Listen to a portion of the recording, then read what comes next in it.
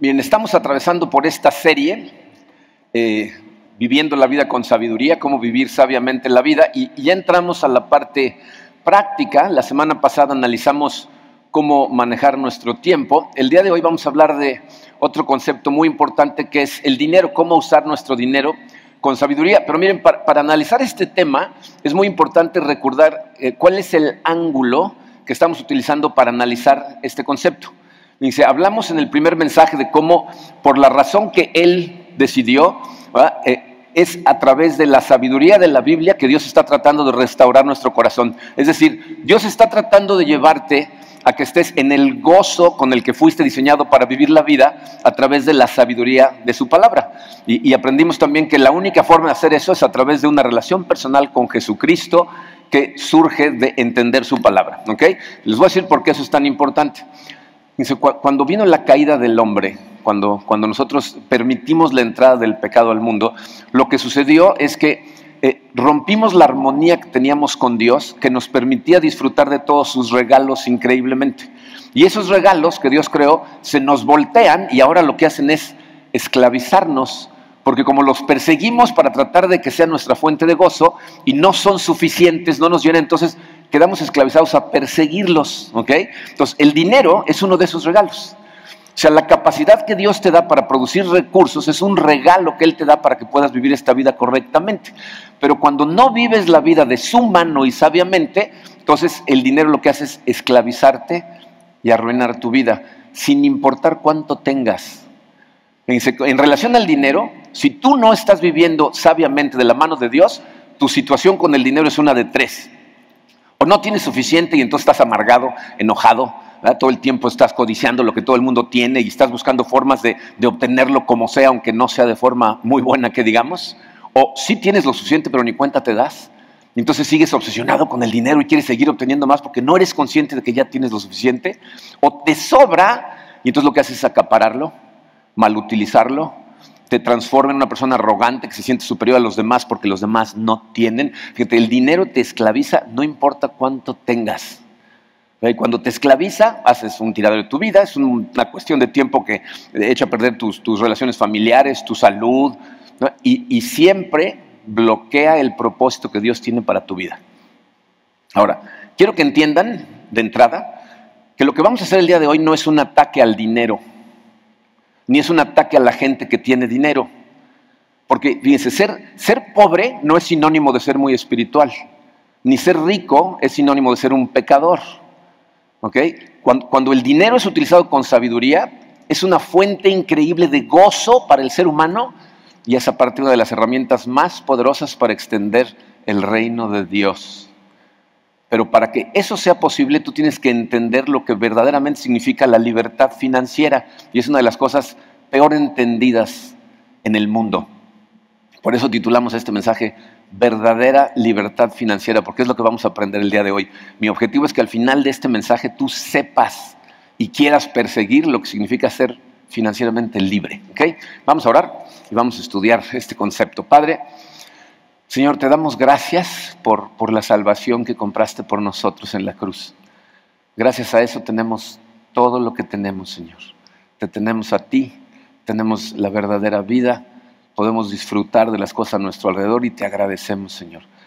Pero como hemos aprendido en tu palabra, disfrutar de estas cosas es imposible sin tu sabiduría. Así es de que, por favor, Padre, abre nuestros ojos, guíanos esta mañana, ayúdanos a ver exactamente como tú ves. Te lo pedimos, Padre, en el poderoso nombre de tu Hijo Jesucristo. Amén. Bien, miren, no sé si se han puesto a estudiar parábolas de Cristo alguna vez, pero de hecho vamos a hacer una serie de puras parábolas. Pero fíjense, 2/3 partes de las parábolas que Jesucristo dijo estaban relacionadas con el dinero. Y no es ninguna sorpresa, porque el dinero es una de las cosas que más problemas le causa al ser humano. ¿Okay? Entonces el día de hoy vamos a estudiar una parábola, y es una parábola que sorprende a mucha gente porque es una parábola que es muy fácil de malinterpretar. Esta parábola se encuentra en el Evangelio de Lucas, en el capítulo 16. De hecho, nuestro pasaje de estudio va desde el versículo 1 hasta el 15, aunque la parábola va del 1 al 8, y luego del 9 en adelante vienen enseñanzas de Cristo con respecto al dinero. Entonces, primero les voy a decir la parábola en la versión de la Biblia Marco Monroy, ¿no? Y luego vamos a leer los versículos de las enseñanzas de Cristo, ¿ok? Fíjense, esta parábola es acerca de un hombre rico que nos dice la Biblia que puso sus riquezas en manos de un administrador. Pero este administrador no es muy recto, que digamos, y entonces le reportan al rico que el señor está derrochando sus riquezas. Entonces se enoja, lo manda a llamar, le dice, prepárame todas las cuentas porque me vas a entregar cuentas y estás despedido. Entonces el individuo se espanta y dice, ¿y ahora qué voy a hacer? Porque ya estoy muy viejo para trabajar y me da vergüenza pedir limosna, y entonces dice, ya sé lo que voy a hacer. Voy a hacer algo para que al final de esto haya gente que me reciba en su casa. Y entonces se va a ver a cada una de las personas que le deben dinero a su jefe y les dice, a ver, ¿tú cuánto le debes a mi jefe? Pues tengo una factura por 100 barriles de aceite. Tacha 100 y pon 50 tú. No, pues 50 sacos de trigo. Ok, pues tú tacha 50, pon 25 tú. Y así se va uno por uno y les va cortando a la mitad o en una porción lo que deben. Y para sorpresa de todo el mundo, el jefe, lejos de enojarse, lo elogia. Fíjense lo que le dice en el versículo 8, Lucas 16, versículo 8, dice, pues bien, el patrón elogió al administrador de riquezas mundanas por haber actuado con astucia. Y entonces dice Jesucristo, es que los de este mundo, en su trato con los que son como ellos, son más astutos que los que han recibido la luz. Y miren, esto es lo que confunde a mucha gente, que muchas personas piensan que lo que está haciendo Jesucristo es elogiar la deshonestidad del individuo. Pero eso no es lo que está haciendo Jesucristo. Fíjense, el jefe, el patrón, lo elogió por ser astuto en prepararse para el futuro. Lo que Jesús está diciendo es una pena que la gente de este mundo sea más astuta para lidiar con la gente de este mundo que los que han recibido la luz con la gente de este mundo. Dice, ellos usan su dinero para el mal de forma muy astuta y la gente que ha recibido la luz no usa su dinero para hacer el bien de forma astuta. De hecho, por eso continúa en el versículo 9, que por cierto es la clave de todo lo que vamos a ver hoy. Este versículo dice, por eso les digo que se valgan de las riquezas mundanas para ganar amigos, a fin de que cuando éstas se acaben, haya quienes los reciban a ustedes en las viviendas eternas. Le está diciendo, válganse de las riquezas de este mundo, del dinero que tienen este mundo, úsenlo sabiamente para ganar gente para Dios. Y entonces tendrán recompensas en el cielo. Y de ahí va a empezar Jesucristo a dar una serie de enseñanzas que, miren, estas enseñanzas que vamos a ver se pueden dividir en 3 principios que si los asimilamos juntos nos van a enseñar lo que significa libertad financiera. Así es que vamos a analizarlos. Dice su programa, para usar el dinero sabiamente debemos, número 1, reconocer que somos administradores y no dueños del dinero. Lo primero que tienes que entender es que todas las cosas que tú tienes, todos los recursos, todo el dinero, todos los bienes que posees, no eres tú el dueño de esas cosas, eres el administrador. Miren, yo creo que es el concepto con el que más batalla la gente, el más difícil de asimilar, el que más trabajo nos cuesta realmente vivir, pero también es el fundamento de la libertad financiera. Tienes que reconocer, escucha clarito, no solo que todo lo que tienes viene de Dios, tienes que reconocer que todo lo que tienes es de Dios. Fíjense la comparación que va a hacer Jesucristo en los siguientes versículos. Del versículo 10 al 12 dice, el que es honrado en lo poco, también lo será en lo mucho. Y el que no es íntegro en lo poco, tampoco lo será en lo mucho. Por eso, si ustedes no han sido honrados en el uso de las riquezas mundanas, ¿quién les confiará las verdaderas? Y si con lo ajeno no han sido honrados, ¿quién les dará a ustedes lo que les pertenece? ¿No lo suficiente espiritual? ¿Sí? ¿Quién les dará a ustedes lo que les pertenece? Fíjense lo que está haciendo Jesucristo. Nos está hablando de que existen 2 tipos de riquezas. Dice, lo poco y lo mucho. Las falsas, las verdaderas, las del mundo y las del cielo. Entonces dice, si tú no manejas sabiamente el dinero que tienes en el mundo, que es lo poco, que es lo falso, entonces no vas a recibir las verdaderas que van a venir en el cielo. Entonces fíjate lo que nos está diciendo. Está diciendo varias cosas. Para empezar está diciendo, el dinero que tienes aquí no es real. No es lo que verdaderamente vale.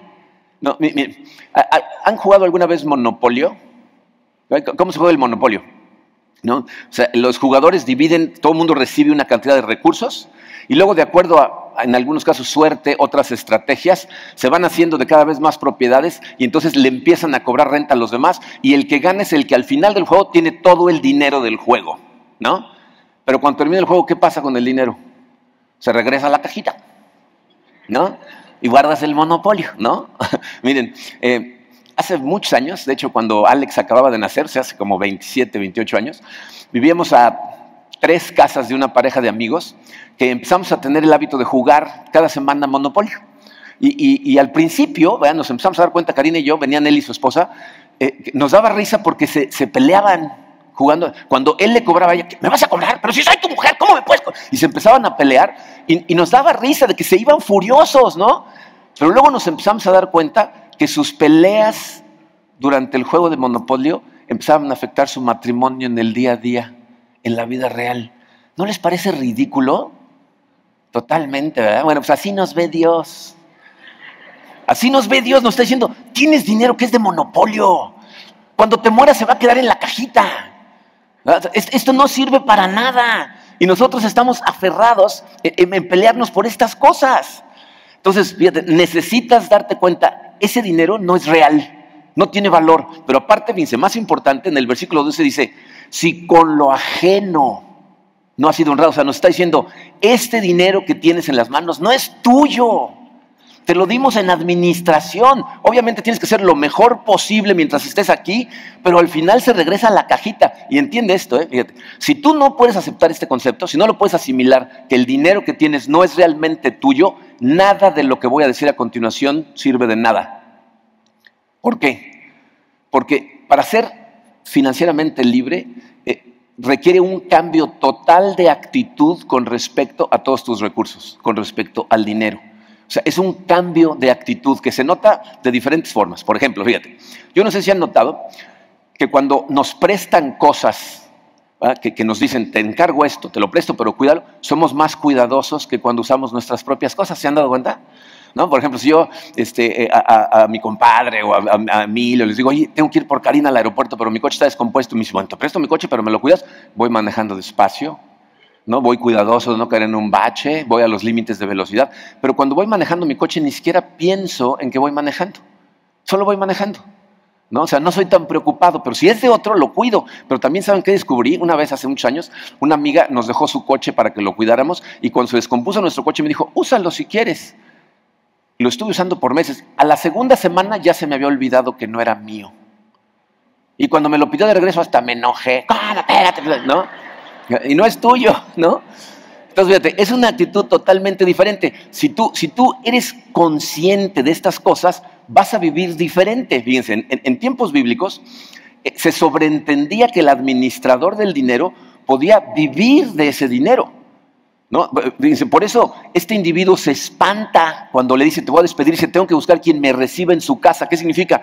Vivía en casa del dueño, ¿no? Comía de la comida del dueño, usaba el dinero del dueño. Eso se sobreentiende, pero te van a pedir cuenta si lo tienes que usar correctamente, porque no es realmente tuyo. Entonces, si tú eres consciente de que el dinero que tienes no es realmente tuyo, tu actitud va a cambiar de cuánto me puedo dar el lujo de gastar a cuánto es correcto que me gaste, que es muy diferente. Fíjense, uno de los errores más comunes que cometen los cristianos es pensar, si yo diezmo, y es un sí muy grandote, sí diezmo, ¿no? Porque no todos diezman, ¿no? Pero si yo diezmo, entonces el 90% que sobra yo lo puedo usar como yo quiera. Pero la Biblia dice que no.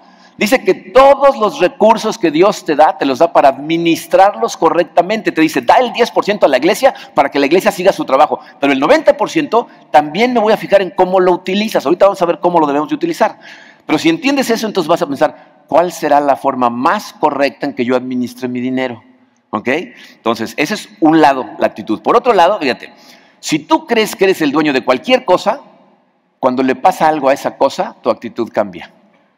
Tu actitud es diferente. Si yo, por ejemplo, aprecio mucho mi coche y alguien me lo pide, les digo, en algunos casos, no, es mi coche, ¿no? O si se lo presto, decir, pero tienes cuidado, y si le pasa algo al coche, me enojo.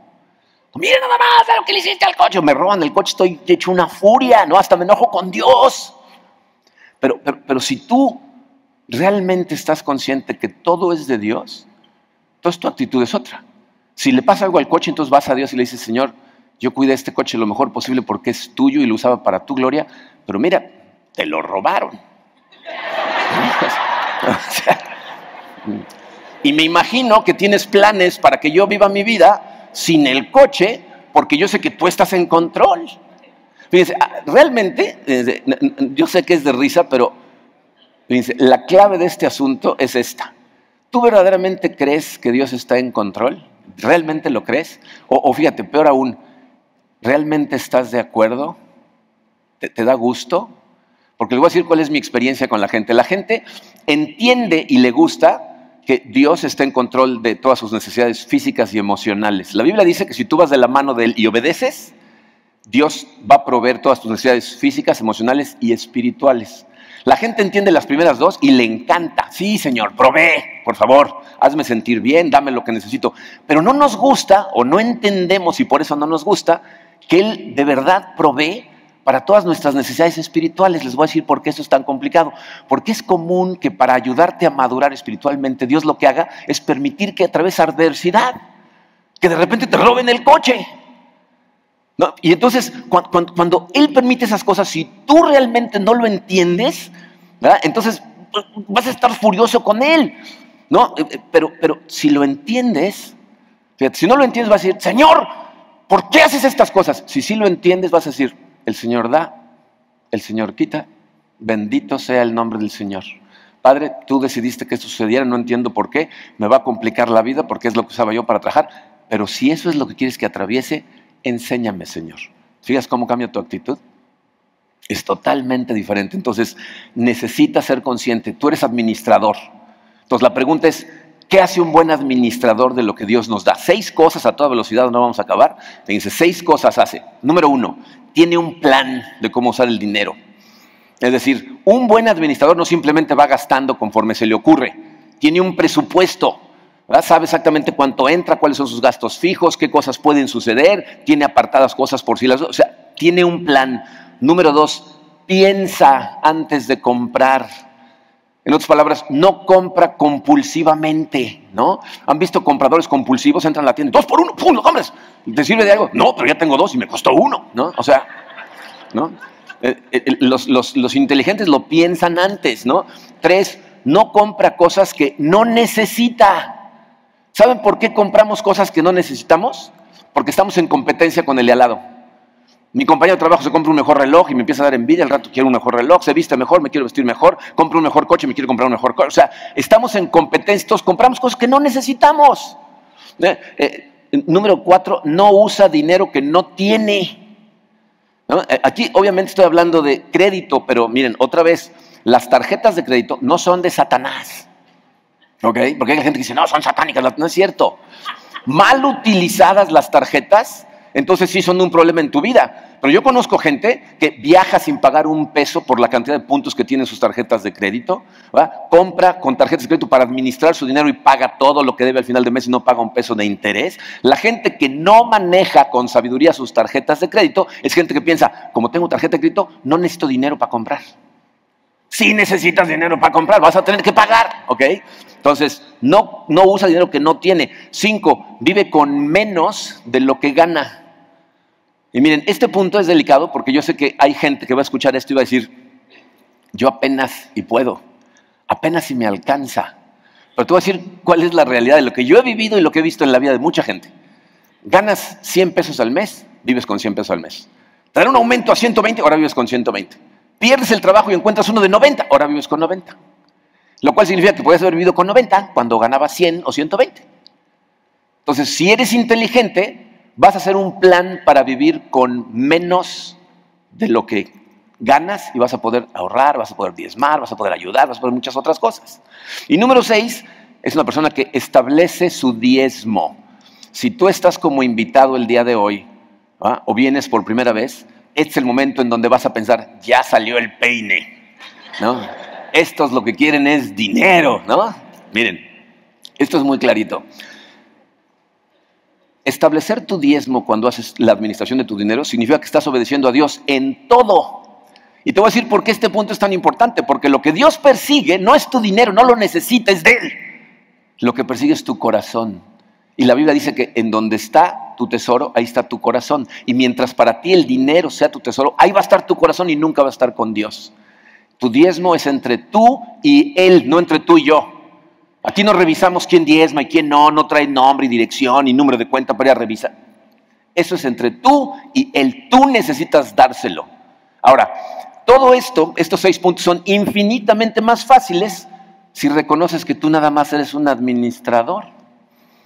Porque cuando te contratan para administrar el dinero de alguien y te dicen, gaste tanto en esto, tanto en esto, tanto en esto, ¿te duele?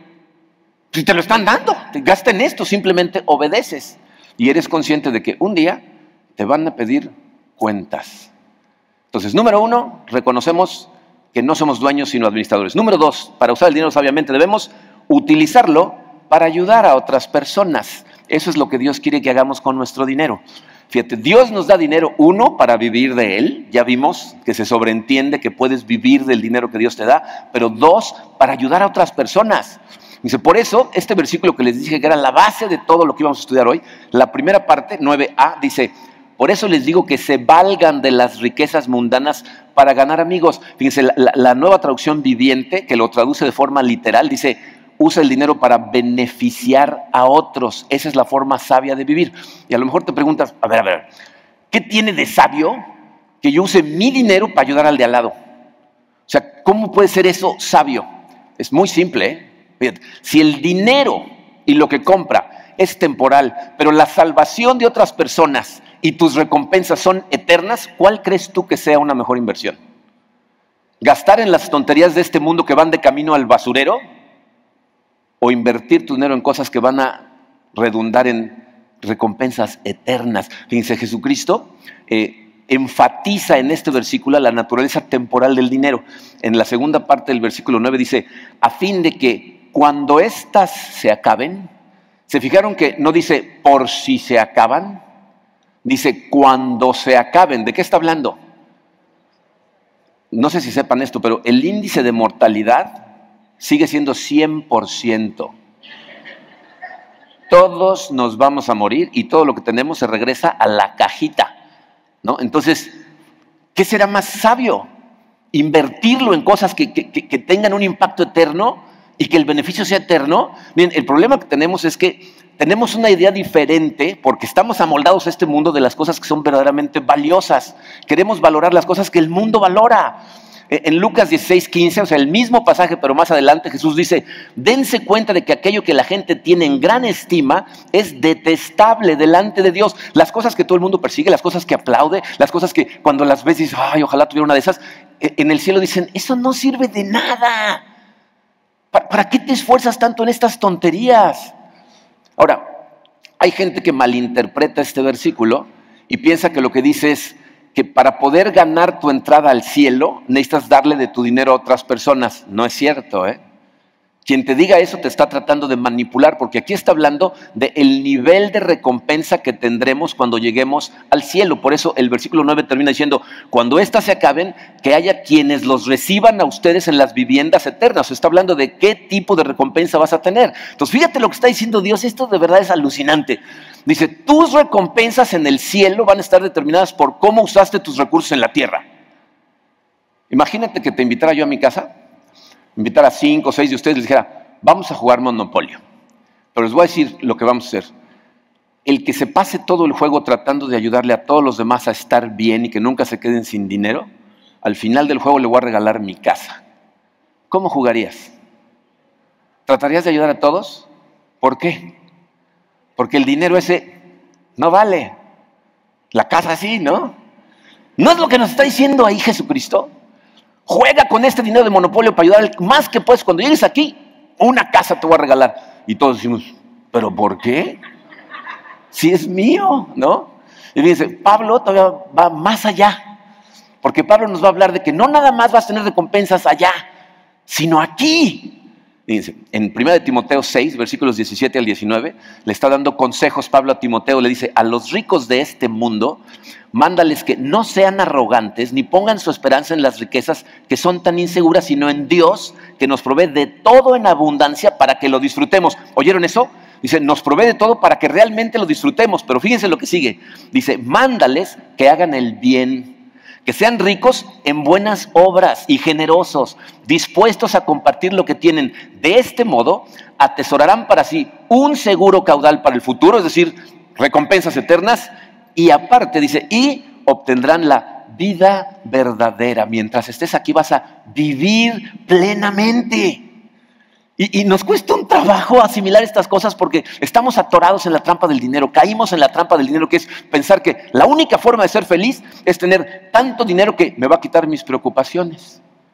O sea, la gente piensa que tener mucho dinero significa felicidad y falta de preocupaciones el resto de tu vida. ¿Pero será eso cierto?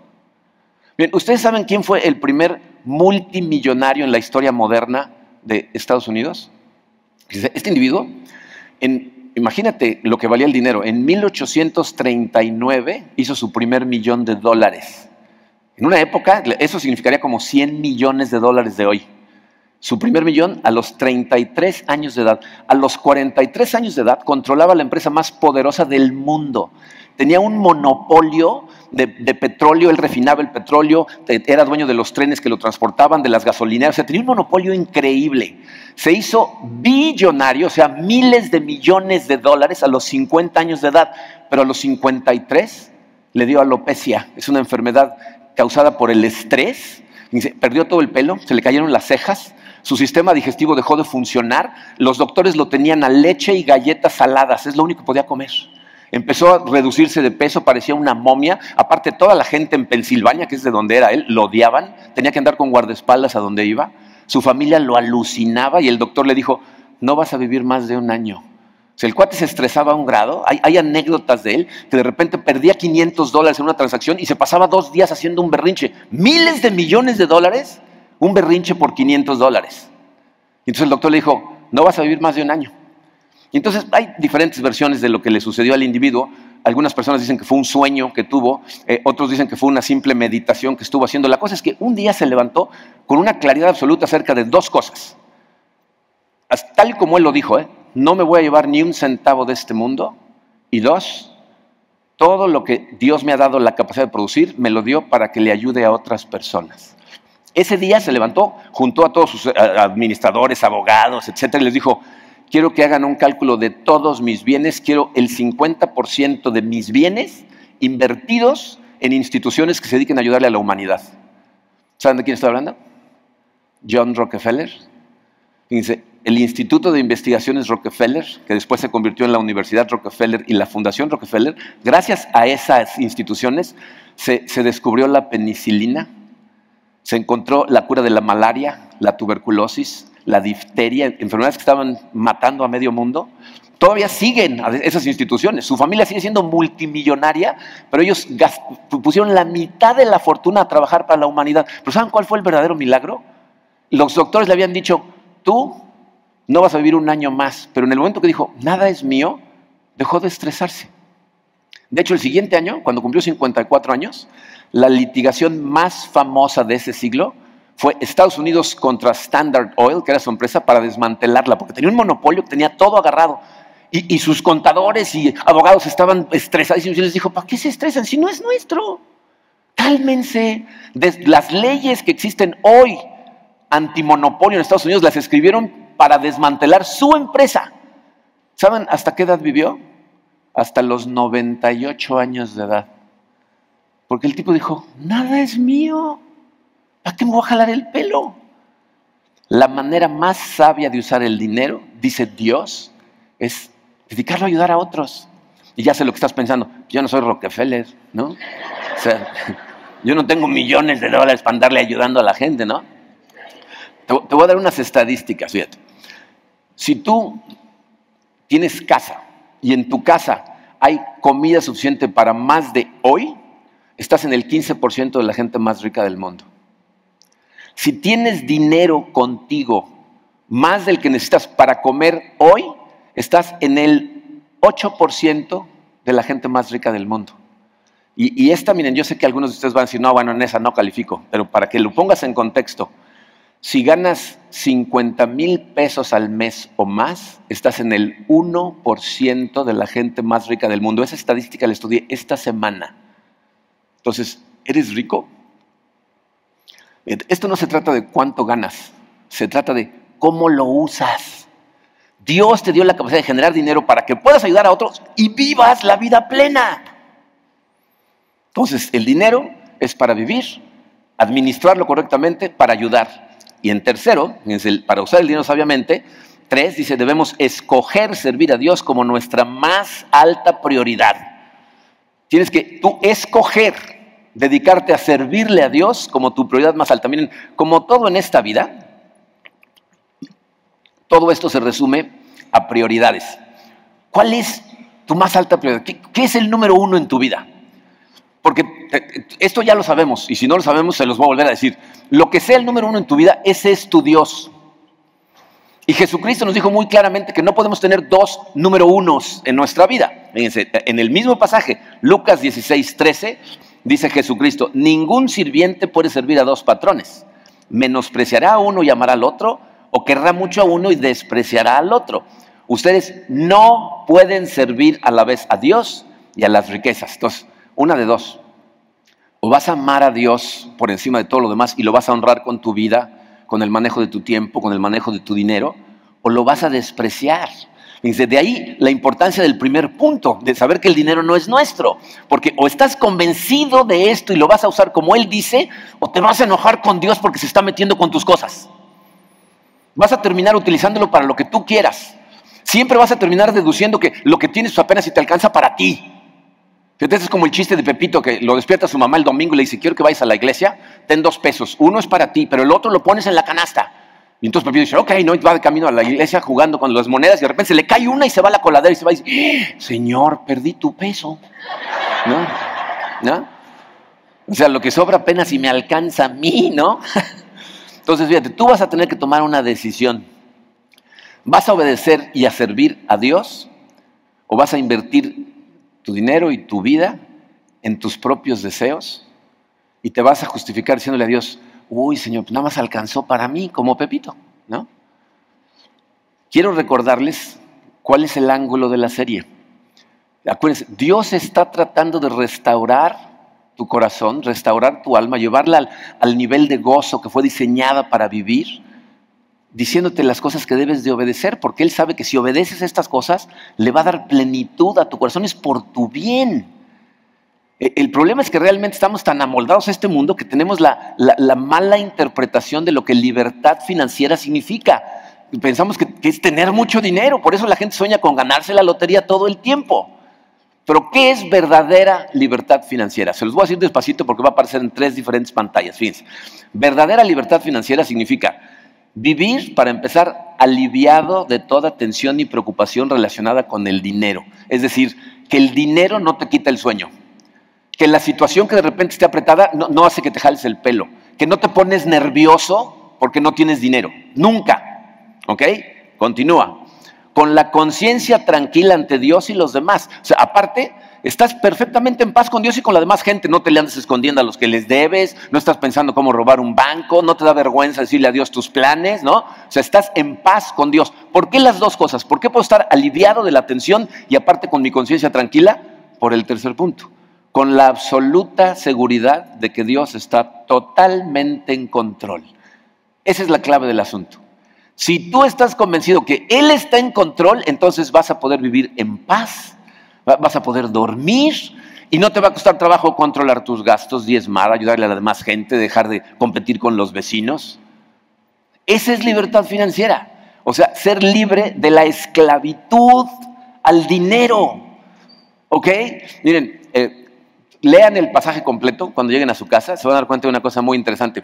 Cuando Jesús enseñó esto, presentes había fariseos que amaban el dinero. Y la Biblia dice que se enojaron, se pusieron furiosos contra Él. Y si tú en este momento estás sintiendo cómo tu corazón se está enojando contra mí, estás diciendo cómo se le ocurrió decir esto enfrente de mi pareja, ahora voy a... ¿no?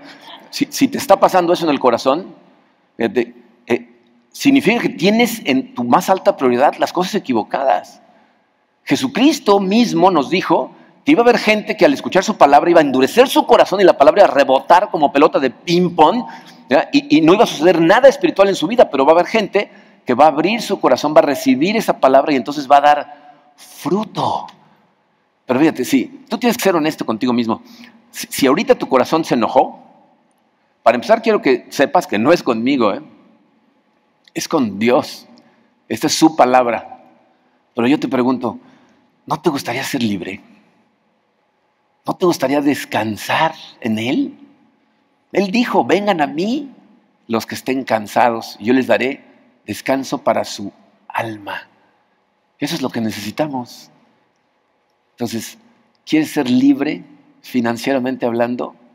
Tienes que ser consciente de estas tres cosas. No es tuyo, te fue dado para ayudar sirviéndole a Dios. Vamos a orar. Padre, quiero pedirte, Señor, por los corazones de todas las personas que estamos escuchando estas palabras. Todos, Señor. Yo sé, Padre, que este es uno de los conceptos que más trabajo nos cuesta como seguidores tuyos de creer y de seguir.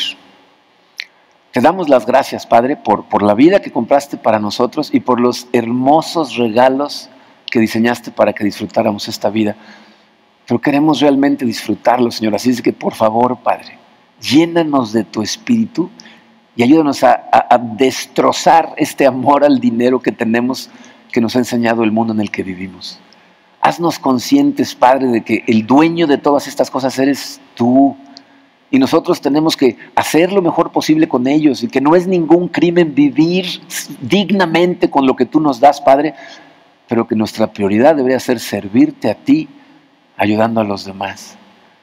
Llénanos verdaderamente de tu paz, Padre, porque eso es algo que no podemos ni siquiera engañarnos a nosotros mismos. O tenemos paz en ti o no la tenemos. Ayúdanos a tener paz en ti, a saber que tú estás en control y suceda lo que suceda, tú, Señor, te vas a encargar que todo sea utilizado para nuestro bien porque te amamos. Señor, bendice a cada uno de los que estamos aquí. Prospera económicamente a la gente que tú tengas diseñada para ese fin y dales un corazón generoso para que extiendan tu reino a través de esos recursos que tú nos das. Y a los que decidas no darnos prosperidad económica, Señor, enséñanos a vivir con gozo con lo que tú nos das y a compartirlo con la gente a nuestro alrededor.